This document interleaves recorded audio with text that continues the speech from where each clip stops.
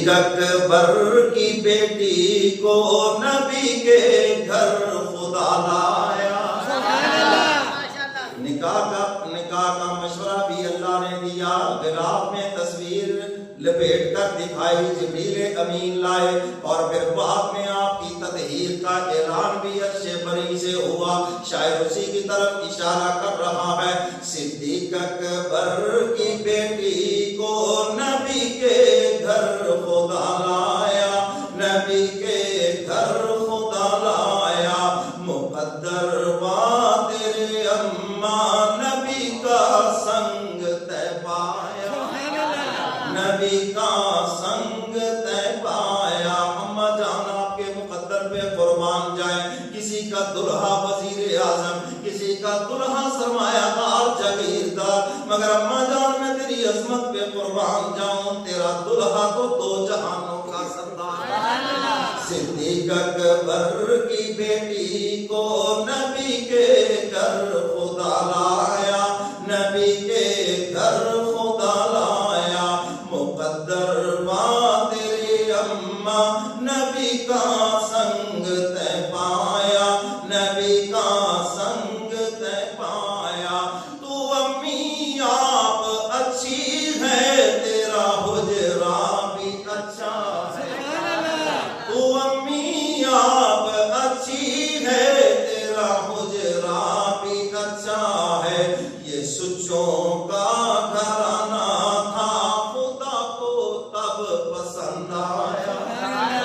یہ سچوں کا گھرانہ تھا، خدا کو تب پسند آیا، خدا کو تب پسند آیا. صدیق اکبر کی بیٹی کو نبی کے گھر خدا لایا، نبی کے گھر خدا لایا. اما جان نے جب روتے ہوئے عرض کیا الہ العالمین، آپ نے جس پر بھی الزام لگا صفائی کا اعلان کیا. مریم پر الزام لگا، عیسیٰ علیہ السلام کی والدہ، آپ نے ان کی صفائی کا اہتمام کیا. موسیٰ علیہ السلام پر الزام لگا، یوسف علیہ السلام پر محل میں الزام لگا، آپ نے ان کی صفائی کا اعلان کیا. اب تیرے محبوب کی حمیرہ بھی اشک بہا رہی ہے. اللہ کی طرف سے کیا وحی آئی جس کا خلاصہ وہ مریم تھی، تو عائشہ ہے، تیرا اونچا مقام ہے. وہ مریم تھی تو عائشہ ہے، تیرا اونچا مقام ہے. تیرا ابو صدیق اکبر شوہر خیر الانام ہے. تیرا ابو صدیق اکبر شوہر خیر الانام ہے. تو جتنی شان والی ہے، تو جتنی شان والی ہے، بڑا اتنا گواہ آیا، بڑا اتنا گواہ آیا. صدیق اکبر کی بیٹی کو نبی کے گھر خدا لایا، نبی کے گھر خدا لایا. تیری پاکیزگی پر قرآن آیا گواہ بن کر. سب کہہ دو سبحان اللہ، ساتھ ہی کہہ دو ماشاءاللہ. اما جان کی شان قرآن میں نازل ہوئی 18 آیتیں. اما کی شان کے اندر نازل ہوئی سورہ نور پڑھ لے 18ویں پارے میں. تیری پاکیزگی پر قرآن آیا گواہ بن کر کہ عائشہ پاک دامن ہے، سنو میرے نبی سرور. کہ عائشہ پاک دامن ہے، سنو میرے نبی سرور. تیری عائشہ پہ جی مدنی، تیری عائشہ پہ جی مدنی، جھوٹا بہت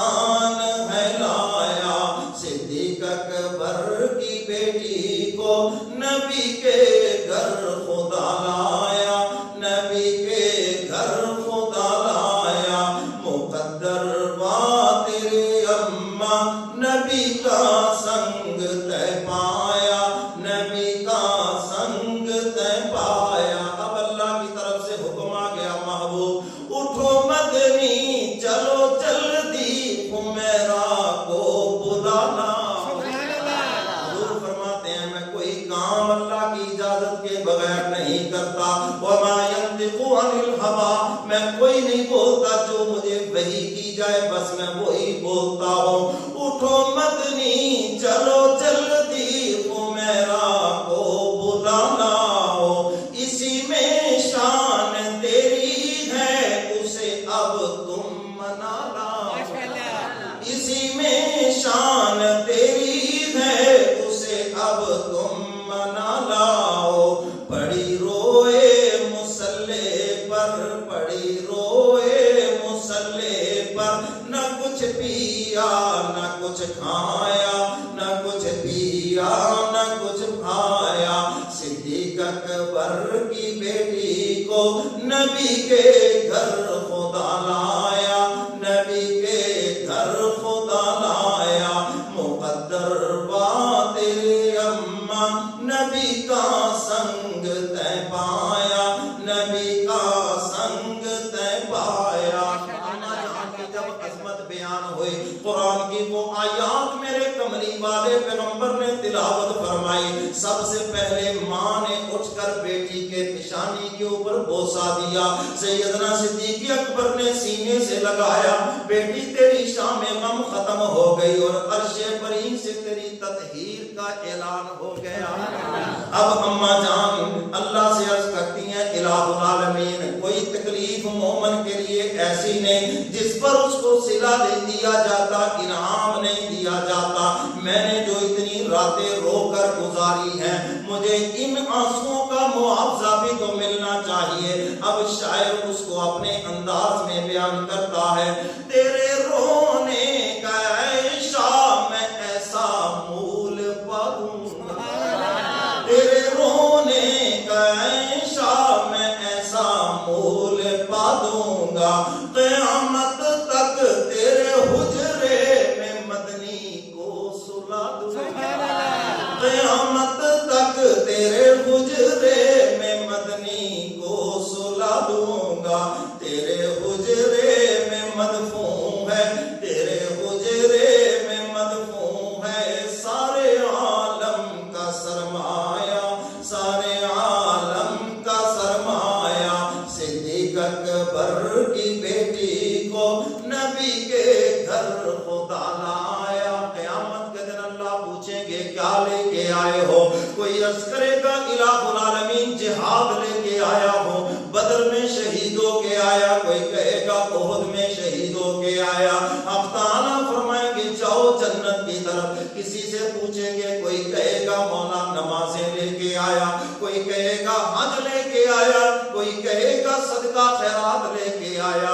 اللہ فرمائیں گے جاؤ جنت کے اندر۔ چلتے چلتے باری آ جائے گی امت مسلمہ کی ماں اماں عائشہ صدیقہ رضی اللہ تعالی عنہا کی۔ اب تعالیٰ پوچھیں گے عائشہ ذرا تم بتاؤ نا کیا لے کے آئی ہو، ذرا میری طرف دیکھو نا۔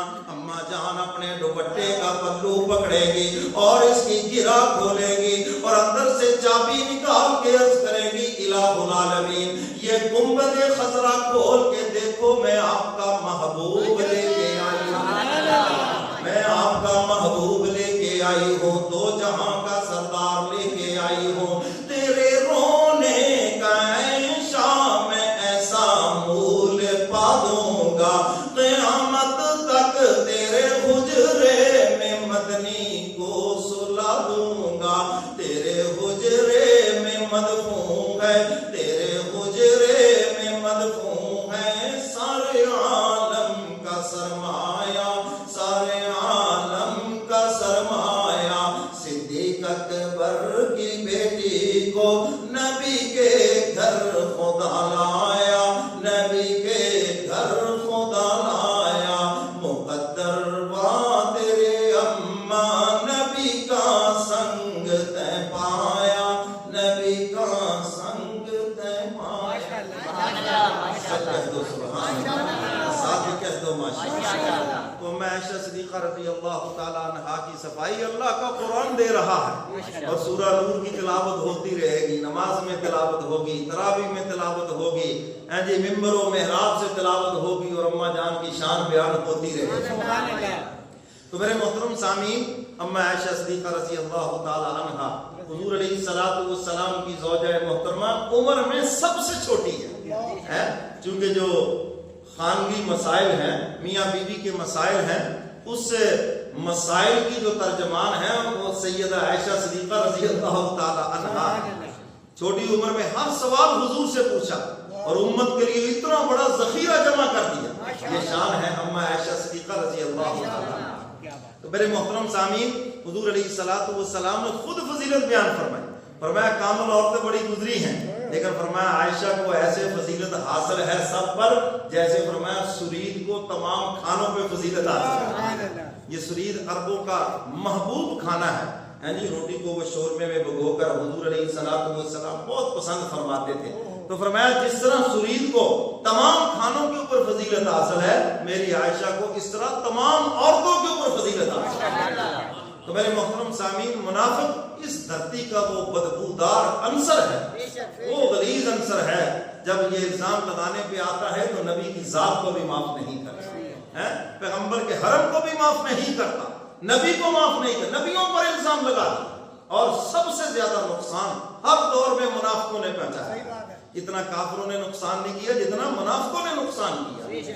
تو غزوہ بنو مصطلق، حضرت جویریہ انہوں نے حضور سے نکاح فرمایا، حضور کی زوجہ محترمہ بنی. اور جب حضور کی زوجہ محترمہ بنی تو صحابہ نے جو مال غنیمت تقسیم کیا تھا سارا کا سارا واپس کر دیا. یہ حضور کا سسرال بنا اور ہمیں حضور سے محبت ہے تو ہم حضور کے سسرال کا بھی احترام ہے. وہ عاشق رسول تھے نا، تو انہوں نے وہ غلام باندیاں سب آزاد کر دیے، لیکن جو منافقین کے حصے میں آ گئے انہوں نے کچھ نہیں دیا واپس. صحابہ نے سارا کا سارا واپس کر دیا. اور اماں جان کیا کہتی ہے، اما عائشہ صدیقہ رضی اللہ تعالی عنہا، حالانکہ سونکن اور سونکنوں سے ایسی اچھی بات بڑی مشکل ہے، لیکن اماں جان ان کی شان میں کیا کہتی ہیں، جویریہ کیسی بابرکت خاتون ہے جس کے نکاح سے 100 خاندانوں کو رہائی مل گئی، سارے کے سارے آزاد بھی ہو گئے اور مال بھی سارا کا سارا ان کا واپس ہو گیا. تو میرے محترم سامعین، یہ غزوہ بنو مصطلق یہ شعبان کے مہینے کے اندر ہوا. تو حضور علیہ السلام بنفس نفیس اس میں تشریف لے گئے اور حضور علیہ السلام نے 27 جنگوں میں حصہ لیا. اور یہ جو عبداللہ ابن ابی تھا رئیس المنافقین، جس نے اماں پر الزام لگایا اور جس نے یہ بکواس کی، اور یہ بکواس کرنے والے ان کی اولادیں آج بھی موجود ہیں. وہ حلالی کیسے ہوگا جو اپنی ماں کے اوپر الزام لگائے؟ کیوں جی، وہ حلالی ہے جو ماں کے اوپر الزام لگائے جی.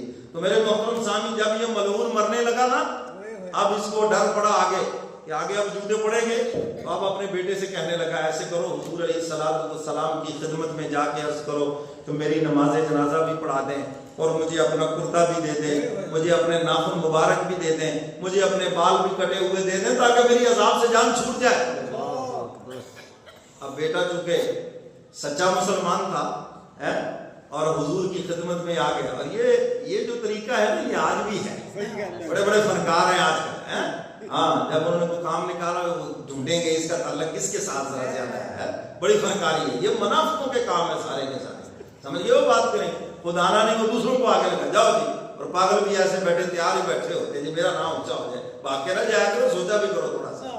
ابھی تمہیں کیا مسئلہ ہے، تمہارے منہ میں زبان نہیں ہے جی، ٹانگیں نہیں ہے تمہاری، جاؤ چل کے جاؤ، جا کے خود بات کرو. تو اس نے اپنے بیٹے کو بھیجا، جاؤ حضور سے جا کے درخواست کرو. اب سامنے تو بیٹا ہے، حضور نے اس کو تھوڑی دیکھنا ہے. حضور علیہ السلام نے بیٹے کو دیکھا، اس نے کہا جی میرا ابا مرنے لگا ہے اور یہ وصیت کر رہا ہے جی کہ مجھے حضور اپنا کرتا بھی دے دیں، ناخن مبارک بھی دے دیں، اور حضور مجھے اپنے بال مبارک بھی دے دیں، اور میری نماز جنازہ بھی پڑھا دیں تاکہ میری عذاب سے جان چھوٹ جائے. حضور علیہ السلام نے بیٹے کی دلجوئی کے لیے قبول فرما لیا.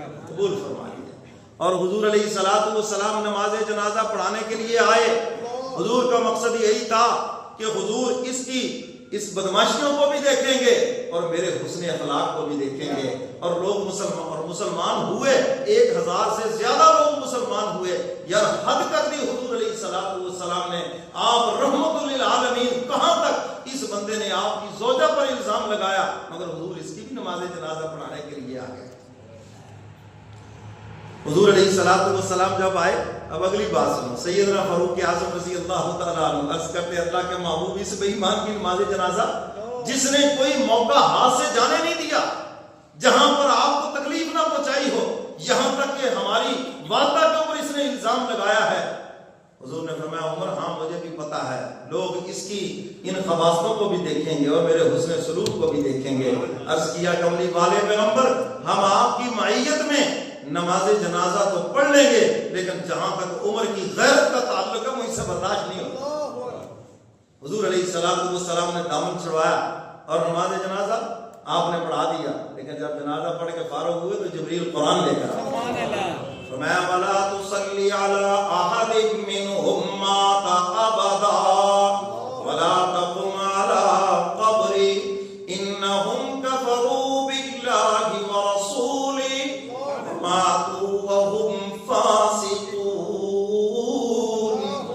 اب تعالیٰ فرماتے ہیں آئندہ ایسے ملعونوں کی نماز جنازہ تو دور کی بات ہے، ان کی قبر پر بھی کھڑے ہونے کی اجازت نہیں ہے۔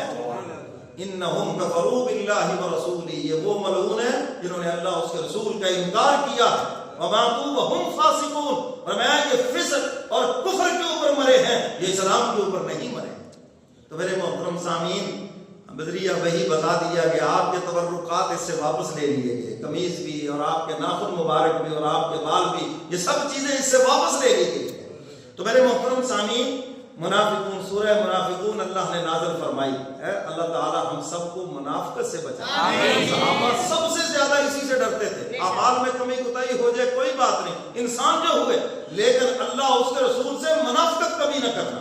حضور علیہ السلام نے ارشاد فرمایا نا، جس نے بھی سچے دل سے کلمہ پڑھا ہے وہ جنت میں ضرور جائے گا۔ حضرت ابو ہریرہ رضی اللہ تعالیٰ عنہ اس کے راوی ہیں اس حدیث مبارکہ کے۔ حضور نے ایک ہی شرط لگائی، جس نے سچے دل سے کلمہ پڑھا۔ انہوں نے آگے سے سوال، میں اس کی وضاحت کرتا ہوں سچے دل کا کیا مطلب۔ حضور علیہ السلام سے عرض کیا اللہ کے محبوب ان زنا و ان سرقہ، چوری کی زنا کیا کیا پھر بھی جنت میں جائے گا؟ حضور فرماتے ہیں ہاں ابو ہریرہ پھر بھی جائے گا جنت میں۔ دوسری مرتبہ پھر سوال کیا، یا رسول اللہ فلانا فلانا گناہ کیا کیا پھر بھی جائے گا؟ آپ نے فرمایا ہاں جائے گا۔ تیسری مرتبہ حیرانگی سے سوال کیا، میری طرف دیکھو۔ حضور علیہ السلام نے حضرت ابو ہریرہ کا یہاں سے ناک پکڑا، یہ عربوں کا محبت کا محاورہ ہے۔ حضور فرماتے ابو ہریرہ تیرے اس ناک کو مٹی لگ جائے، میرا کلمہ پڑھنے والا پھر بھی جنت میں جائے گا۔ اچھا حضور نے ایک شرط لگائی ہے، جس نے صدق کے دل سے کلمہ پڑھا، سچے دل سے، سچے دل سے۔ اقبال نے کیا کہا، خضر نے کہہ بھی دیا لا الہ تو کیا حاصل، دل و نگاہ مسلمان نہیں تو کچھ بھی نہیں۔ اب سچے دل سے کس نے کلمہ پڑھا؟ محدثین کرام نے اس کی تشریح کی ہے، فرمایا جس کے دل کے اندر اللہ اس کے رسول کے لیے منافقت بھی نہ ہو اور اس کے نامہ اعمال کے اندر شرک بھی نہ ہو۔ فرمایا جس کے نامہ اعمال میں شرک ہے اس نے سچے دل سے کلمہ نہیں پڑھا، اور جس کے دل کے اندر اللہ اس کے رسول کے لیے منافقت ہے، فرمایا اس نے بھی سچے دل سے کلمہ نہیں پڑھا۔ اللہ اس کے رسول سے منافقت پیدا تو ہو گئے مسلمانوں کے گھروں میں، اور اچھا سمجھ رہے ہیں عیسائیوں کو، اچھا سمجھ رہے ہیں عیسائی مذہب کو، یہودی کو۔ اچھا بھلا ایک دن بندہ مجھے کہنا مولوی صاحب وہ جی چائنا میں دیکھو جی شادی کا کتنا آسان ہے، بابو دیواریں چین کو ہاتھ لگاؤ بس نکاح ہو گیا۔ میں نے کہا استغفر اللہ، کہاں پہلے چین جاؤ پھر وہ دیوار ڈھونڈو پھر ہاتھ لگاؤ پھر کوئی ادھر سے جوڑا ڈھونڈو۔ میں کہنا اسلام نے تو اتنا سستا کیا ہے، اگر مذاق میں بھی کوئی کہے کہ میں نے اس خاتون سے نکاح کیا اور وہ بھی کہہ دے کہ میں نے قبول کیا تو دونوں کا نکاح ہو گیا۔ میں اسلام نے تو اتنا سستا کیا ہے، تو تم نے دیکھو یہ کون سی بات کر دی ہے۔ اور اللہ کے نبی نے فرمایا بہت سے لوگ جن کے تم نماز جنازہ پڑھو گے، مسلمانوں کے قبرستانوں میں دفن کرو گے، لیکن فرمایا قیامت کے دن یہود و نصارہ کی صفوں میں کھڑے ہوں گے۔ وہ تو صرف مسلمانوں کے گھروں میں پیدا ہوئے، وہ اسلام کو کب اچھا سمجھتے تھے، وہ تو اسلام کے نمائندے علماء کو کب اچھا سمجھتے تھے، اپنے نبی کی تعلیمات کو کب اچھا سمجھتے تھے۔ ان کو اسلام میں بھی شک تھا، حضور کی تعلیمات میں بھی شک تھا۔ فرمایا یہ وہ منافق ہے، اللہ نہ ان کے ایمان کو قبول کریں گے اور نہ ان کے اعمال کو قبول کریں گے۔ اور آج یہ بیماری ہے، یہ سوشل میڈیا سارا یہی گند ابل رہا ہے، مولوی کے خلاف زہر ابل رہا ہے، اسلام کے خلاف زہر ابل رہا ہے، اسلام اور حضرات صحابہ کرام کے خلاف زہر ابل رہا ہے کہ لوگ ان سے بدظن ہو جائیں۔ جب بدظن ہو گئے تو فیض تو ختم ہو گیا، پھر تعلق تو آپ کا ختم ہو گیا۔ تو میرے محترم سامعین، فرمایا کہ اللہ اس کے رسول سے منافقت نہ ہو، اور دوسرے نمبر پر فرمایا تمہارے نامہ اعمال میں شرک نہ ہو۔ اور حضور علیہ السلام نے جس شرک کا، جس اندیشے کا اظہار فرمایا، آج وہ چیز عروج پر ہے۔ فرمایا مجھے اس بات کا ڈر نہیں کہ چاند ستاروں کی پوجا کرو گے، میں نے پچھلے جمعہ بھی یہ حدیث سنائی تھی، آج پھر اسی پہ ختم کر رہا ہوں۔ فرمایا مجھے تو اس بات کا ڈر ہے تم ریاکاری کرو گے، دکھلاوا کرو گے، عبادت کرو گے لیکن دکھلاوا کرو گے۔ فرمایا ریاکاری کرنے والے، عبادات میں دکھلاوا کرنے والے، لوگوں کو خوش کرنے والے، لوگوں کی واہ واہ اپنی عبادت سے حاصل کرنے والے، فرمایا ایسے لوگ بھی قیامت کے دن مشرکوں کی صفوں میں کھڑے ہیں۔ اور آج یہ بیماری عروج پر ہے۔ مولوی صاحب ساڈا نام ذرا بڑا کر کے لکھیو، پتہ لگ جائے اسی مسجد نو اتنا چندہ دیتا ہے، ٹیلا میں لوائیاں نے ذرا ایک تھوڑا جا لکھ دیو نا ماڑا جائے۔ ہاں تو یہ ساری چیزیں کیا بتا رہی ہیں؟ آج عمرے پہ جا رہے ہو، شور شرابہ گل غبارہ ہم نے شروع کر رکھا ہے، تماشا لگا، لوگ کہیں جی بڑا حاجی ہے جی، بڑا جناب ہے جی، رمضان آ رہا ہے، لائن لگ جائے جی باہر، 100 بندہ کھڑا لائن میں کھڑے ہو کر چودھری صاحب کے گھر سے آٹا مل رہا ہے، سب کو پتہ چل جائے چودھری صاحب بڑے سخی ہیں۔ کیوں جی ہے ایسے؟ اور مسئلے بتا رہے ہیں جی دائیں ہاتھ سے دے تو بائیں کو پتہ نہ چلے، بائیں سے دو تو دائیں کو پتہ نہ چلے۔ میرے محترم سامعین، ٹپکتی ہے اداؤں سے، برستی ہے نگاہوں سے، عداوت کون کہتا ہے کہ پہچانی نہیں جاتی؟ یہ لفظ دونوں طرف ہے، ٹپکتی ہے اداؤں سے، برستی ہے نگاہوں سے، محبت کون کہتا ہے کہ پہچانی نہیں جاتی؟ سمجھ گئے ہو بات کہ نہیں؟ یہ کرتوتیں ہی انسان کی سارا کچھ بتا دیتی ہیں۔ تو میرے محترم سامعین، شعبان کے مہینے میں حضور علیہ السلام غزوہ بنی مصطلق کے اندر تشریف لے گئے، تو میں نے وہ واقعہ خلاصہ بھی آپ کے سامنے رکھا، اور اس میں رونما ہونے والا ایک عظیم واقعہ اس کی طرف بھی اشارہ کیا، تو جس میں اماں جان کی شان اور عظمت بیان ہوئی، اور سورہ نور کی تلاوت ہوتی رہے گی، اماں جان کی شان بیان ہوتی رہے گی۔ اللہ